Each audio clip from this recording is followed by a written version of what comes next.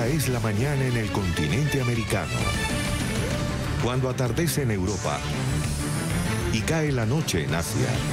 Así despierta el continente americano y transcurre el día y la noche en el resto del mundo. La mañana. Los eurodiputados expulsados de Venezuela van a viajar el sábado a Colombia por invitación del presidente Iván Duque para visitar la zona fronteriza con Venezuela, en momentos en que se planea trasladar esta ayuda humanitaria a territorio venezolano.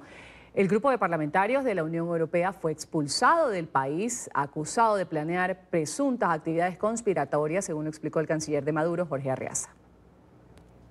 Un nuevo capítulo de tensión se abre entre el régimen de Nicolás Maduro y la Unión Europea.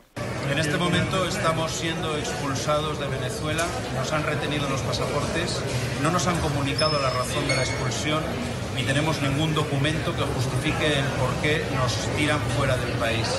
Veníamos a Venezuela con una invitación oficial de la Asamblea Nacional Venezolana, que es un órgano reconocido internacionalmente y reconocido incluso por el propio Maduro. Es un órgano constitucional. Esto sucedía en la noche del domingo en el Aeropuerto Internacional de Maiquetía, en Caracas. El régimen de Nicolás Maduro no permitió la entrada al país de esta delegación de europarlamentarios que se reuniría con el presidente interino Juan Guaidó. Los eurodiputados fueron advertidos de lo que sucedería a su llegada a Caracas cuando hicieron escala en Santo Domingo. El diputado español Esteban González Pons pidió enérgicamente que tanto la Unión Europea como España abandonen el grupo de contacto de países europeos y latinoamericanos que impulsa elecciones presidenciales como una salida pacífica a la crisis en Venezuela. Nosotros no íbamos ni de turismo, ni a crear ningún problema, ni a provocar. Respondíamos como miembros del Parlamento Europeo, institucionalmente, a una invitación institucional del Parlamento de Venezuela, de la Asamblea Nacional Venezolana, para tener una reunión de trabajo con su presidente, que además es el presidente interino del país. A partir de ahora, nuestro grupo parlamentario, que es el mayoritario en el Parlamento Europeo, exige que en la reunión de ministros de Asuntos Exteriores que está teniendo lugar en este momento, en el Consejo de Asuntos Exteriores que está teniendo lugar en este momento, la Unión Europea se retire del grupo de contacto. La delegación además informó que el canciller de Colombia, Carlos Holmes Trujillo, les extendió la invitación para que el próximo sábado participen en la actividad de la entrada de ayuda humanitaria desde la ciudad de Cúcuta. Los europarlamentarios afirmaron que asistirían. La alta representante de Política Exterior de la Unión Europea, Federica Mogherini, lamentó que el régimen venezolano le denegara el acceso a los eurodiputados. Por su parte, el presidente interino Juan Guaidó dijo que lo sucedido es una muestra de lo que es capaz de hacer una dictadura. El protagonista de esta noticia nos acompaña esta hora en la mañana de NTN 24. En Bruselas, el eurodiputado José Ignacio Salafranca Sánchez, quien fue expulsado de Venezuela al intentar ingresar en esta delegación, luego de una invitación que la realizó el presidente interino de Venezuela, Juan Guaidó, además presidente de la Asamblea Nacional. Gracias por estar con nosotros. Bienvenido a NTN 24.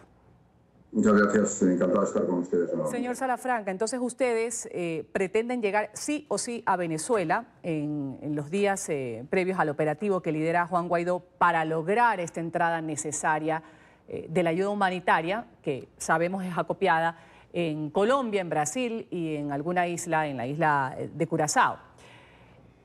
¿Qué quieren decir ustedes, esta delegación, con esta acción? Un grupo de parlamentarios europeos en este punto de América, particularmente una muestra de solidaridad que se ha dicho ya antes con el pueblo de Venezuela. Pues efectivamente, así es.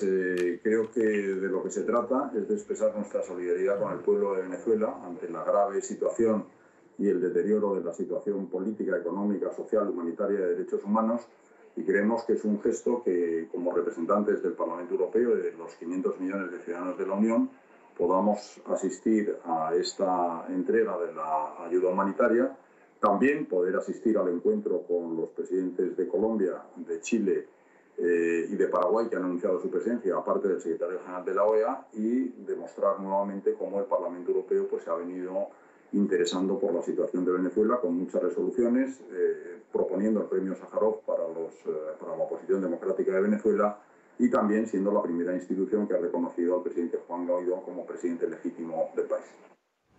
Ahora, ¿cómo fue esta situación que vivieron ustedes en días atrás, que no los dejaron entrar al país? Brevemente, ya conocemos el relato, pero ¿qué fue lo que sucedió cuando ustedes pisaron suelo venezolano? Sabemos que ya con anterioridad en otro aeropuerto les dijeron lo que podía pasar, que no los iban a dejar entrar. Bueno, cuando el avión hizo escala en Santo Domingo, recibimos un mensaje de los embajadores en los que se anunciaba esa posibilidad. Lo cierto es que fuimos recogidos por el embajador de la Unión Europea, por el embajador de España y por el embajador de los Países Bajos, porque viajaba un eurodiputado holandés con nosotros. Fuimos conducidos a unas dependencias de inmigración, se nos pidieron los pasaportes y después de hacernos algunas preguntas sobre el motivo de nuestra visita, que era el encuentro con los representantes de la Asamblea Nacional del presidente Guaidó, pues fuimos informados de que nuestra presencia no era admitida. En ese sentido, pues nosotros pedimos explicaciones, no hubo ninguna explicación y fuimos conducidos nuevamente al avión. Tengo que decirle que vimos una reacción espontánea de muchos ciudadanos en el aeropuerto que nos aplaudieron y la verdad es que la entrada en el avión fue muy emocionante porque fuimos recibidos por la mayor parte de los pasajeros puestos en pie y aplaudiendo. Así que ese es el relato sucinto de los hechos.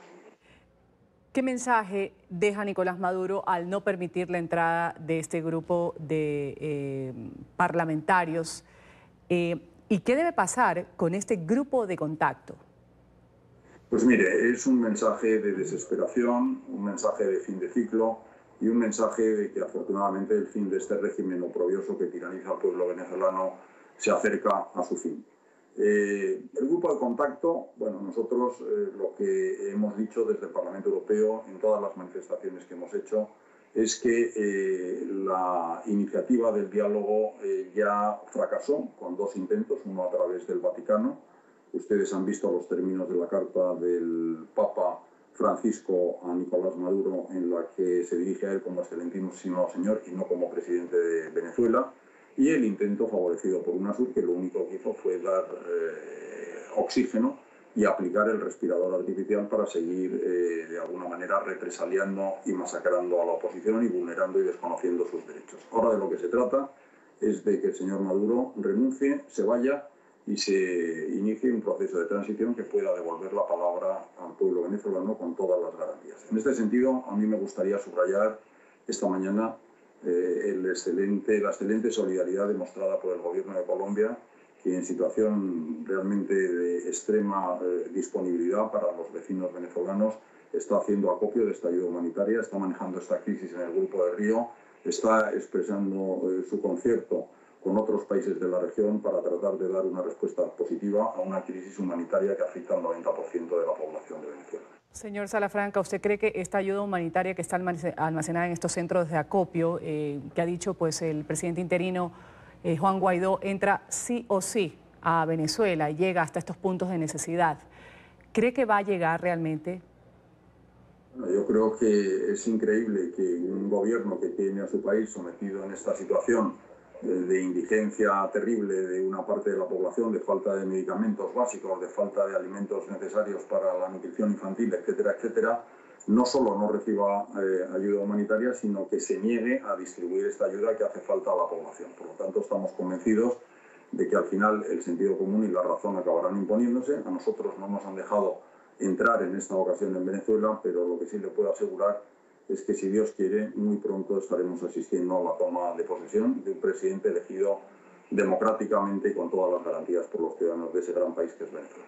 Y justamente con eso que usted ha dicho, si a unos representantes, a unos eurodiputados, a una misión internacional no se la deja ingresar al país, resulta un poco complicado hacerse la idea que va a permitir la tonelada o las toneladas de ayuda humanitaria que ingresen.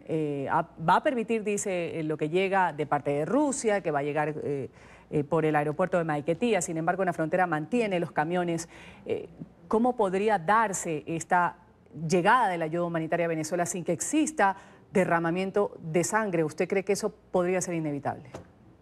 Mire, los optimistas son los únicos que cambian el mundo. Esta necesidad es una necesidad que realmente necesita todo un país y no se puede discriminar una ayuda que necesita la población urgentemente si viene de Rusia, si viene de Estados Unidos, si viene de la Unión Europea, que por cierto ha movilizado unas cantidades muy importantes, demostrando nuevamente su solidaridad con el problema que está padeciendo la sociedad venezolana. Así que todos pensamos y hacemos votos para que esta situación se resuelva de una manera pacífica, de una manera democrática y con arreglo a los deseos de la voluntad mayoritaria del pueblo venezolano, que lo único que no ha podido hacer es expresarse porque precisamente exige un régimen que les oprime, que conculca y desconoce sus derechos, y yo creo que ya es hora de que la voluntad mayoritaria de la población se pueda tomar en consideración, atendiendo a la primera prioridad, que en este momento es esa emergencia humanitaria. Señor Salafranca, eurodiputado, ¿qué le hace pensar de lo que le he escuchado en esta entrevista, que el fin de Maduro está cerca? Durante algún tiempo se ha visto protestas, manifestaciones sociales en la calle, se ha visto una oposición a veces dividida, a veces unida, pero ¿qué hace diferente este momento, el actual que viven los venezolanos? Y cuando representantes, por ejemplo, como usted, del Parlamento Europeo, dicen no, es que el fin de Maduro está cerca, ¿por qué? ¿Cómo argumentamos eso? Pues mire, porque el llamado socialismo del siglo XXI ha dejado al país en una situación calamitosa, desastrosa, y se ha revelado como un fracaso realmente increíble. Es decir, una sociedad no puede seguir soportando este tipo de situaciones, y el nuevo dato que acompaña esta situación y que se ha producido hace muy poco tiempo es el reconocimiento de la comunidad internacional.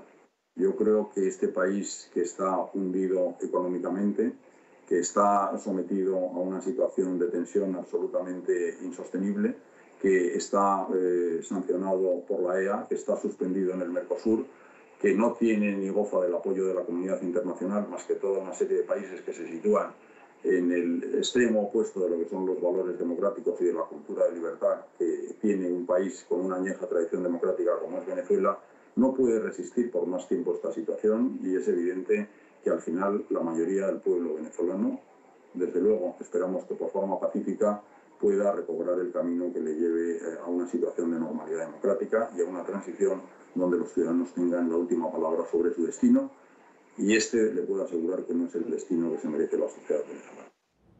Eurodiputado, gracias por haber estado con nosotros. José Ignacio Salafranca Sánchez, una de las personas de esta misión que viajó a Venezuela, fue expulsado de este país al intentar entrar luego de una invitación que fue realizada por el presidente interino, Juan Guaidó. Gracias por haber estado con nosotros, señor Salafranca, y pronto pues estaremos informando sobre este nuevo intento que van a hacer ustedes por llegar a dialogar con algunas de las personas que están involucradas en este proceso de transición en Venezuela. Gracias.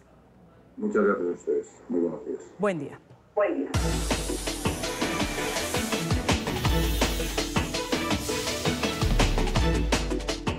Bernie Sanders, senador por Vermont, ha anunciado que va a buscar por segunda ocasión la candidatura presidencial por el Partido Demócrata. Sanders terminó en segundo lugar, recordemos, detrás de Hillary Clinton en la carrera por la nominación en el 2016, después de las elecciones primarias. La noticia desde Washington con nuestra periodista Emiliana Molina. Emiliana, un buen día. Ruth, ¿qué tal? Muy buenos días. Así es, el demócrata socialista tiene una agenda bastante progresiva y también una imagen mucho más favorable y destacada, a diferencia de la que vimos en las elecciones presidenciales del 2016, donde, como tú lo mencionabas, perdió contra Hillary Clinton en ese entonces. En la agenda de Bernie Sanders intenta no solo ampliar el seguro social, sino también ampliar la atención médica, brindarle universidad gratuita a miles de estudiantes y combatir la desigualdad económica en Estados Unidos. Sanders tiene una gran capacidad de lograr recibir donaciones con pequeños montos, pero recaudando millones de dólares para lograr avanzar en estas elecciones presidenciales, como lo vimos precisamente en las elecciones del 2016. Por otro lado, hay que destacar también que Sanders es bastante popular entre los millennials, que según el Centro de Investigaciones Pew aquí en Washington aseguran que los millennials se han convertido en la segunda generación más grande en el electorado estadounidense, con tendencia a votar demócrata. Sanders también se suma no solo a estas elecciones presidenciales como un socialista demócrata liberal, sino que se le suma a senadora como Elizabeth Warren, la senadora Kamala Harris y también al secretario de Vivienda y Desarrollo Urbano por la administración de Barack Obama, Julián Castro. Ahora, sin embargo, en cuanto a política exterior, Sanders ha criticado fuertemente a Nicolás Maduro por arruinar la economía de Venezuela, por atacar a manifestantes y también por violar la Constitución, pero por su lado ha demostrado preocupación por el movimiento que está liderando Estados Unidos en esta presión diplomática en el país de Latinoamérica, y ha dicho también que hay que aprender de los errores del pasado de Estados Unidos en cuanto a intervención en Latinoamérica. Esta es la información que tenemos en directo desde Washington. Emiliana Molina, regreso al Centro Internacional de Noticias. Ruth. Emiliana, gracias por ese reporte. Desde la capital estadounidense despega la batalla legal por la declaración de emergencia nacional que fue promulgada por el presidente Donald Trump. Una coalición de 16 estados de la Unión Americana han emprendido ya una causa contra la Casa Blanca por considerar inconstitucional esta decisión del titular del despacho Oval, a través de la demanda que buscan bloquear la movilización de fondos para la construcción del muro fronterizo con México. El reporte a esta hora desde Nueva York con Alejandro Rincón. Alejandro, un buen día.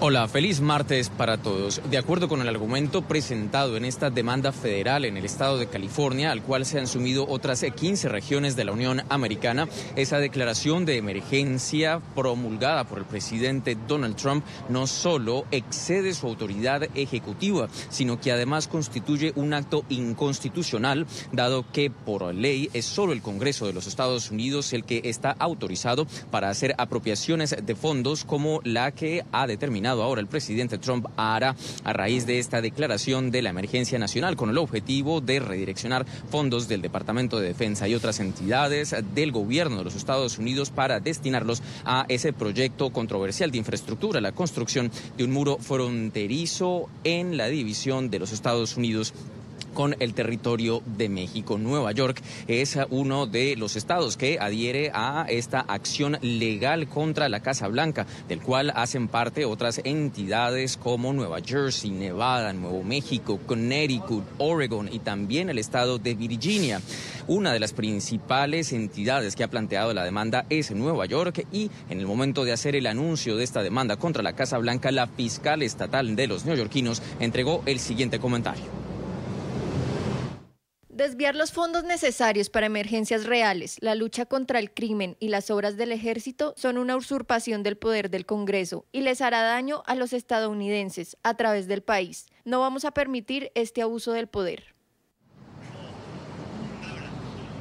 Aun cuando en las últimas horas ha sido presentada esta primera acción legal en contra de la Casa Blanca, ya el propio presidente Trump anticipaba un tipo de movimiento de esta naturaleza. Incluso en el momento cuando hacía el anuncio sobre la promulgación de la declaratoria de emergencia nacional, el presidente aseguraba que muy probablemente se iban a emprender este tipo de desafíos legales. Sin embargo, la Casa Blanca ha dejado ya planteando los argumentos para el inicio de esta batalla legal, que su administración, su gobierno, está dispuesto a ir a todos los procedimientos legales e incluso llegar a la Corte Suprema de los Estados Unidos en caso de que este proyecto de demanda legal llegue a esa instancia. Es todo lo que tenemos para ustedes por ahora. Continúen con más en el Centro Internacional de Noticias. Continuamos con el programa y lo hacemos con noticias de Brasil. En las últimas horas, el presidente Bolsonaro ha cesado a uno de sus ministros más próximos. Se trata de Gustavo Bebiano, titular de la Secretaría General de la Presidencia. El mandatario busca así contener la crisis generada en su gobierno después de que su partido se viera salpicado por un supuesto caso de financiación electoral irregular. Y hay protestas frente a la Embajada de Estados Unidos en Buenos Aires. Los manifestantes se reunieron en la capital argentina, convocados por partidos de izquierda y sindicatos para expresar su respaldo al régimen de Maduro, rechazar una eventual intervención militar estadounidense en Venezuela. Esta es la segunda marcha de este tipo en la ciudad en menos de un mes.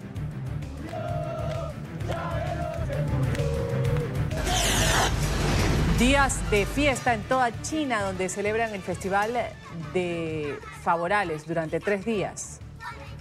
Los festejos han comenzado el domingo con bailes populares y juegos pirotécnicos en la provincia de Sichuan. En el sur del gigante asiático, la tradicional danza del dragón de fuego ha sido protagonista.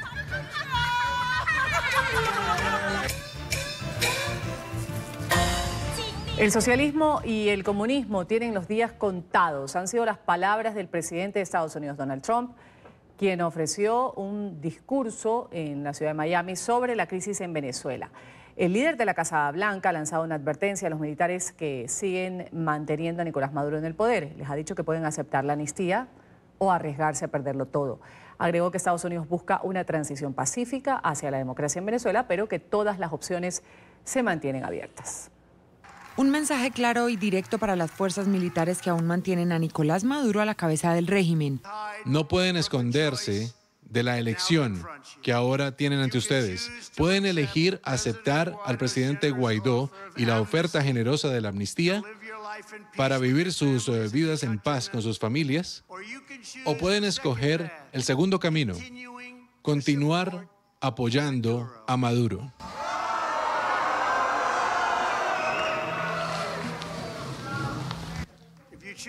Si eligen este camino,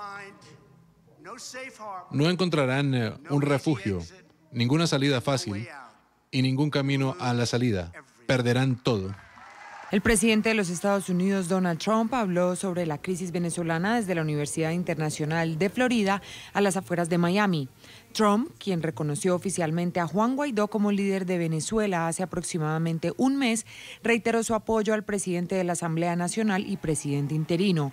Pero las advertencias van no solo en lo militar, sino también en lo económico. Según Trump, Estados Unidos sabe exactamente dónde los altos rangos de las Fuerzas Armadas esconden su dinero. Están muriendo de hambre y sufriendo, mientras que una manada en la punta del régimen lleva al país a la pobreza y a la muerte. Sabemos quiénes son y sabemos dónde mantienen los millones de dólares que se han robado. La ayuda humanitaria, cuyo acceso a Venezuela ha sido bloqueado por el régimen de Maduro, también fue tema clave en la intervención del mandatario. El republicano abogó por la apertura del canal humanitario. Hace 2 días, el primer C-17 de los Estados Unidos aterrizó en Colombia, lleno de asistencia crucial, incluyendo miles de kits de nutrición para los niños venezolanos.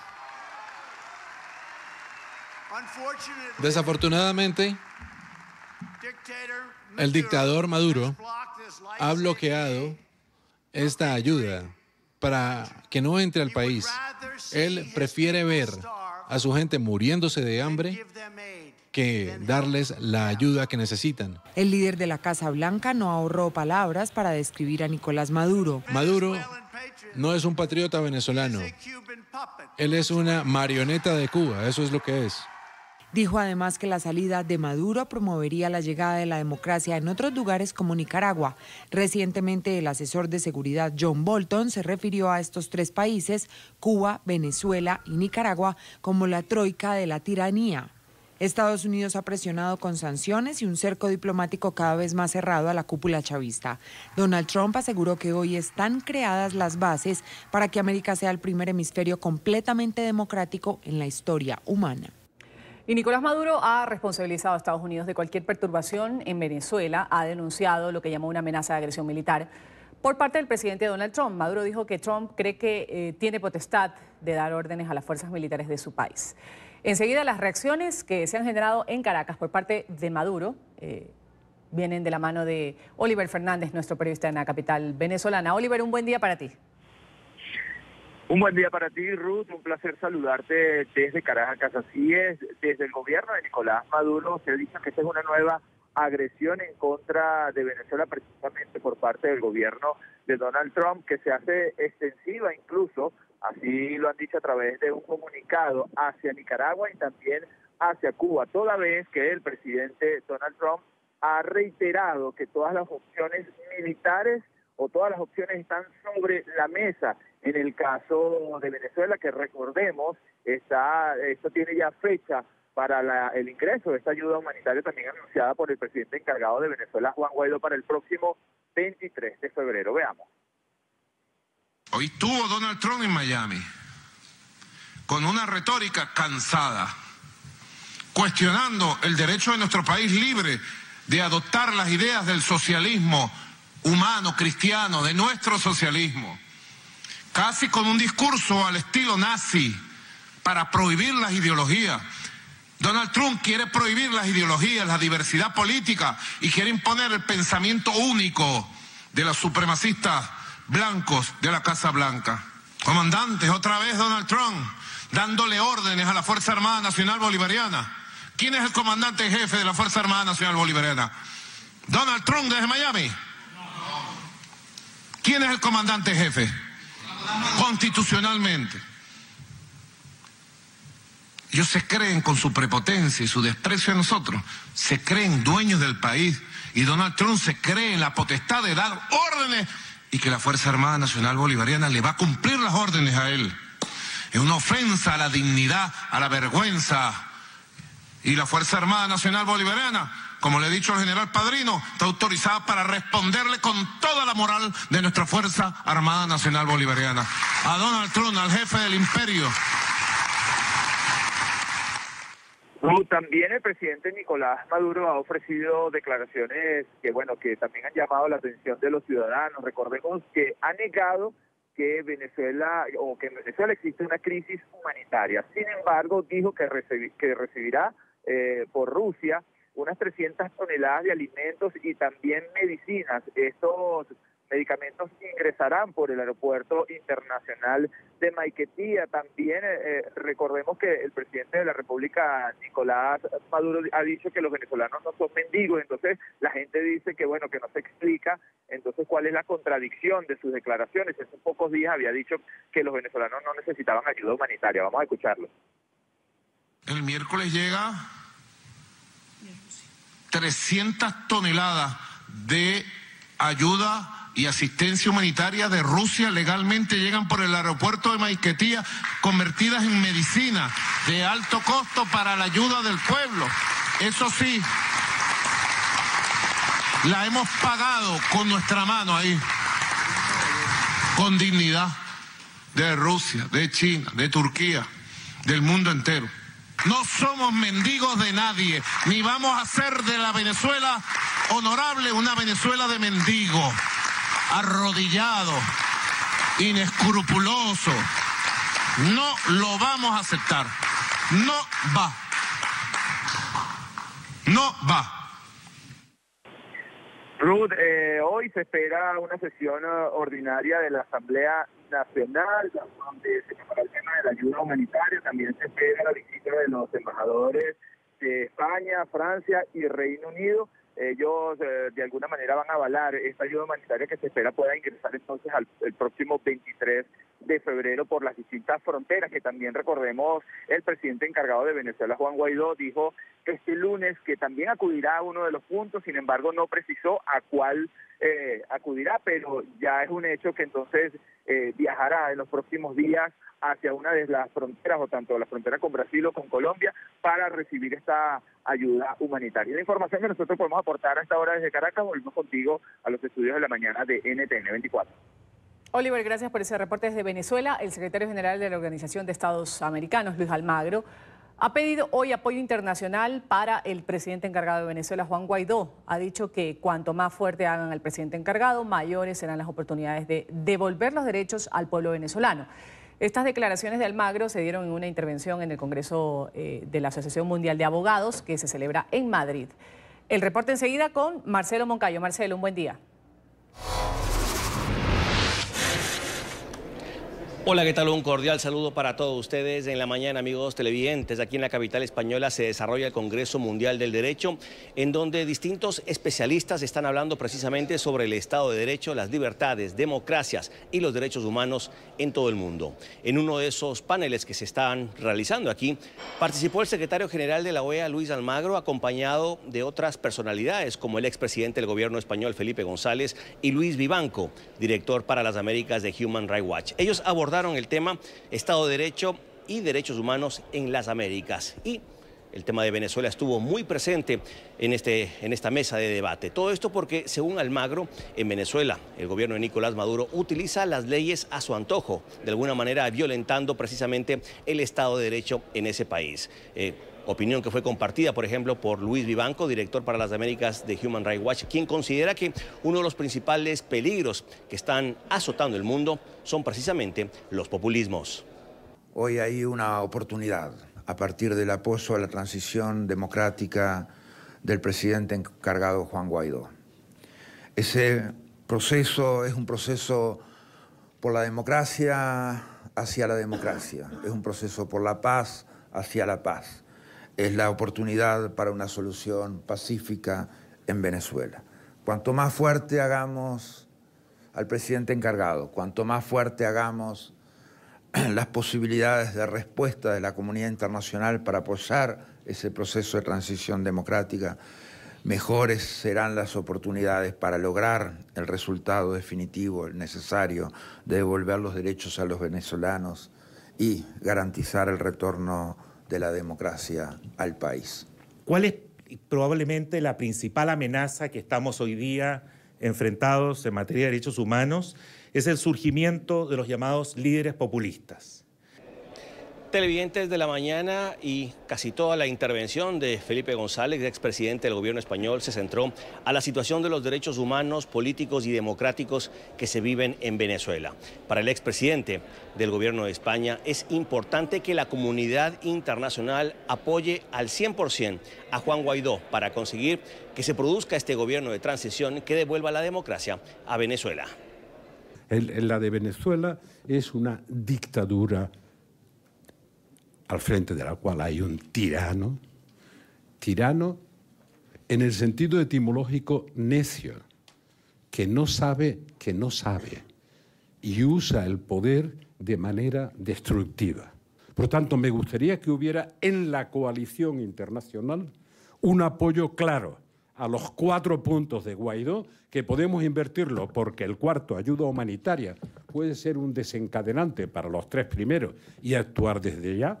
Darle el máximo protagonismo con el máximo apoyo solidario a la región para volverlo a dimensionar como lo que es un gran conflicto, no solo para los venezolanos, un gran conflicto regional con tantos millones de desplazados, darle esa dimensión y evitar algunas de las excusas y de los males mayores que se pueden producir por decisiones no suficientemente pensadas. Televidentes de la mañana, y este Congreso Mundial del Derecho durará hasta mañana aquí en Madrid. Y precisamente este miércoles Su Majestad el Rey Felipe VI en este Congreso recibirá la medalla por la paz y la libertad. Este es el informe para la mañana. Sigan ustedes con más aquí en NTN 24. Hasta pronto. Hasta pronto, Marcelo. Gracias por ese reporte. Vamos a cambiar de tema. Vamos a hablar por una buena causa, lo hará. La ayuda humanitaria al país que lo vio nacer, que le dio fama mundial y además lo convirtió en el ídolo de América. Este artista anunció que se sumaba al elenco de estrellas que van a participar en este concierto por Venezuela. Va a tener lugar en la ciudad de Cúcuta, en la ciudad fronteriza con Venezuela, un día antes de lo previsto para la entrada al país de la ayuda humanitaria, donada por países que reconocen a Juan Guaidó como presidente encargado de Venezuela.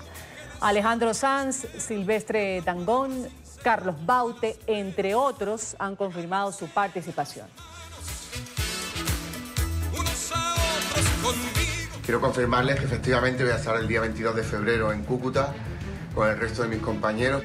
Estamos del lado del pueblo venezolano, más allá del tema político. Nosotros lo que pedimos es que permitan entrar esa ayuda humanitaria y que no sufra más ese pueblo que está viviendo una de las crisis económicas más importantes de toda su historia. Nos vemos allí el día 22 en Cúcuta, no falten, vamos a estar todos. ¡Viva Venezuela libre! A hablar de lo que es noticia el día de hoy.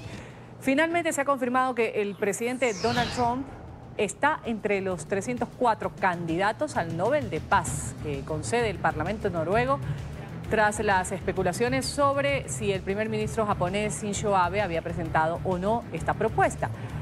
Definitivamente no ha sido Abe quien presentó la iniciativa al comité, sino 2 diputados conservadores noruegos.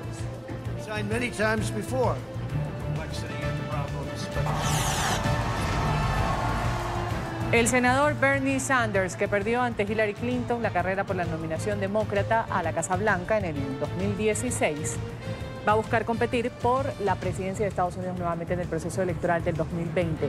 Este político ha prometido una campaña muy diferente para, según él, derrotar al republicano Donald Trump.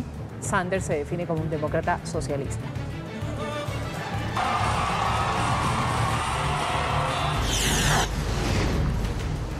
Medios de comunicación en Estados Unidos han informado que se espera que el vicesecretario de Justicia, Rod Rosenstein, abandone el Departamento de Justicia a mediados de marzo. El número 2 del departamento se ha convertido en una de las figuras de más alto perfil de la administración de Donald Trump por su supervisión de la investigación de la trama rusa y el nombramiento del fiscal especial Robert Mueller en el 2017. Hace una semana se había informado que Rosenstein planeaba renunciar después de que Bill Barr fuera confirmado como secretario de Justicia.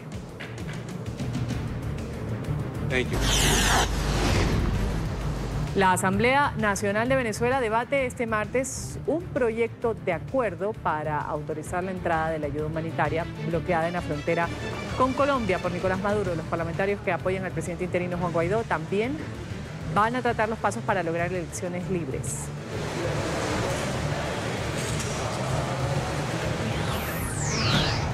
El diseñador alemán Karl Lagerfeld, conocido por haber dirigido las creaciones de la firma francesa Chanel, ha fallecido a los 85 años. Precisamente Chanel presentó el 22 de enero su última colección en París sin la presencia del modisto. El creativo alemán, al frente de la marca desde el 83, dejó en manos de su número 2 de Jean Viard, el saludo final al cierre de este desfile, un gesto que nunca se había visto hasta ahora.